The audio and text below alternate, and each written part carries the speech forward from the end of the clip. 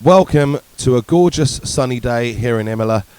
This is the first race since the opening round in Brazil where we've not got any threat of rain, barely at all. So this should stay dry. We should see a really good race here. We'll have a look at the grid in a moment. At the moment we are looking at the trees. Now here's the grid. So you can see that Alain Prost there, he is on pole, and De Angelis in the Lotus is alongside. Alboreto is third.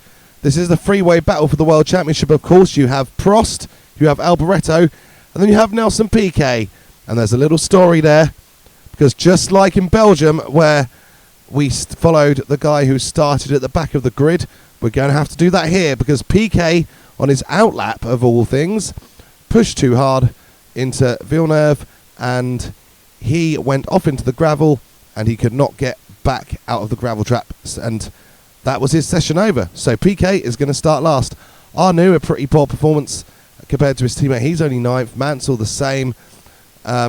We've seen Rosberg's actually shone in that Williams. He is 4th, which is great for Williams. They're really starting to develop themselves forward. It's needed, without a question. Brundle and Beloff, they're 13th and 15th. That Tyrrell, gradually I know Beloff qualified better in Belgium, but their average qualifying performance is definitely improving.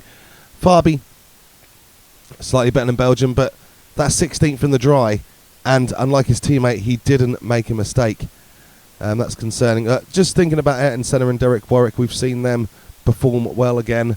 They're both up around the fringes of the points. Patrese, he's been qualifying well so far this season, but that 19th place is going to be very uncomfortable for him, especially looking forward and seeing his teammate Eddie Cheever quite a bit further forward than him. So we see Gonzani, we see De Cesaris. We won't even see Piquet because, as you know, the grid on this game, it only goes up to 24. Although it will run more, it will only count the first 24 runners, and after that, everyone else is anonymous. So, yes, we see the Rams there. They've actually not qualified too badly. And now we will hear the roar of the engines as we ride with Nelson Piquet as he attempts to recover and try to get some points. This is going to be hard. He's got Prost and Alboreto both up there, and it's dry, it's not wet. There's not going to be guys pitting for, different tyres. So Piquet's going to have to do this all on his own and avoid making the mistakes he made in qualifying.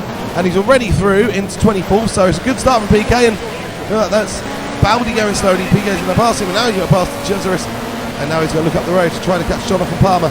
And there's been an incident somewhere. Whoa, what's going on here? Well, they're all off, and Piquet somehow doesn't lose his front wing, but they're all off. And there's a yellow flag out, and Piquet has actually got a pretty clear track, but he can't pass because of the yellow flag. He's got to hold position here, Piquet. He's not allowed to move. And look at that, that only goes back forward to about 16th-ish place. So yeah, he's just going to lose a hell of a lot of time to the guys in front of him here. He's waiting for that green flag. Now he's got it. Now we will go straight past Beloff and Gonzani and onto the tail of Riccardo Patrese. Patrese will block, of course, and there's no charities here. Piquet will have to work his way past and find a way through. And there we go, down into the chicane for the first time. Piquet having a little look, but Patrese closes the door, and Piquet is going to have to keep going. He's really going to have to get up into that 16th place as soon as possible to find out who's got a chance of closing up onto the points.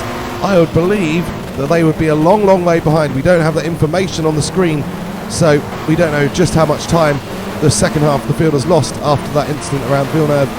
So Villeneuve has cost Piquet again, even though he didn't make the mistake this time. Here he goes down the inside of, is that Gartner? He's made a great start actually, hasn't he? Gartner, not having the best of seasons, but those Sellers have looked quite tidy this weekend, haven't they? They've not been too slow right down in the back of the grid or anything. They've done quite well. Piquet has got past Gartner, and he is now up after Mark Schurer in the arrows. And there's a little bit of a gap, but Piquet definitely has that pace. Definitely has the pace, but he's only 16th.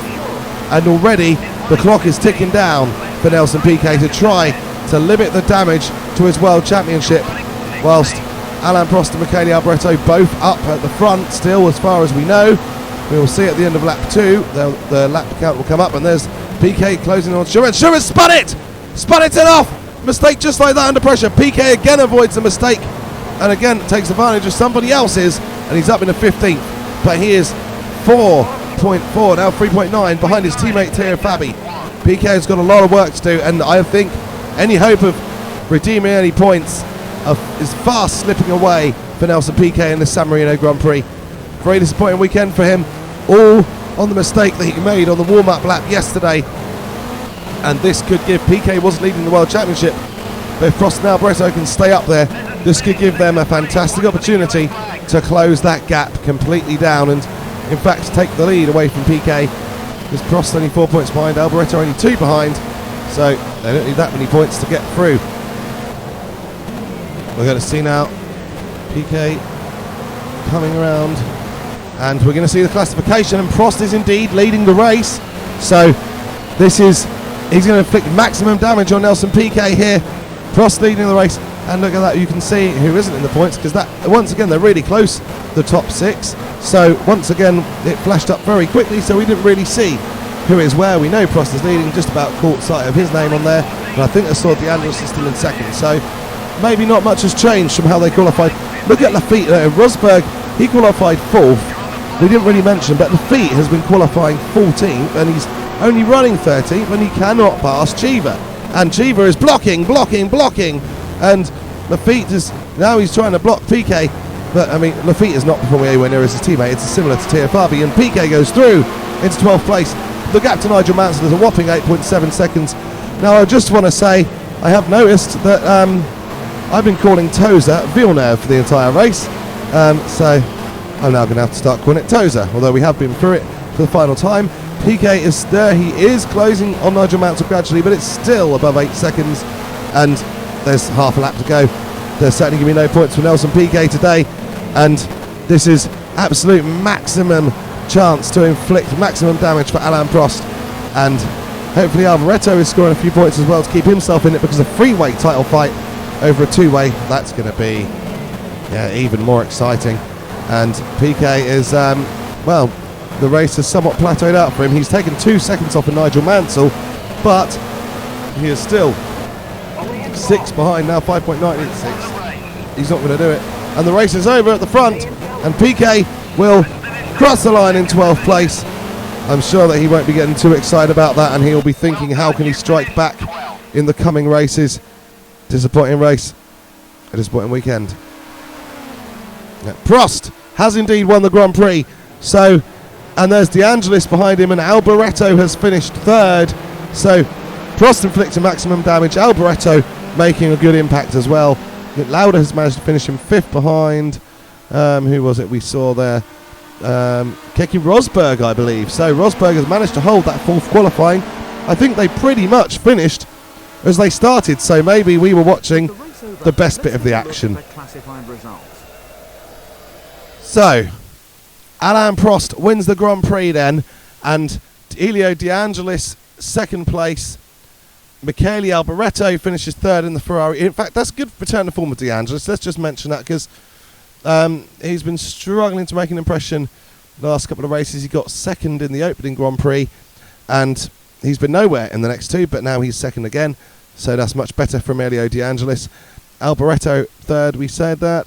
Rosberg 4th in the Williams, that's outstanding. Williams' best performance of the year.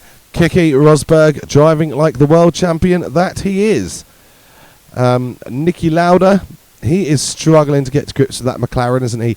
5th place today, equaling his best result of the year, but when your teammate is winning races and leading the world championship, that's very very underwhelming. Derek Warwick finishing 6th, not quite as spectacular for Warwick and Senna today, but still solid 6th and 7th place when all of the front runners finished. That can't be scoffed at, you know. That's it's a great performance still. They really are making an impression. So let's have a look at the World Championship. Alain Prost leads it, 24 points, ahead of Michele Alboreto, who is on 21. Piquet, after his scoreless race and weekend, is on 19 in 3rd. Then you've got De Angelis in 4th on 12, pretty much on his own at the minute. Senna and Lauda, 5th and 6th, 5 points. Then Warwick on 4.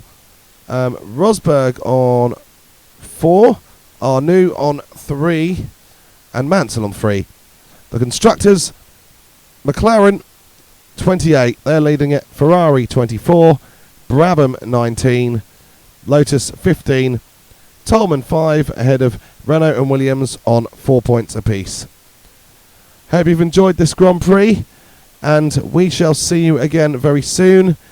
And take care till we see you again. Bye.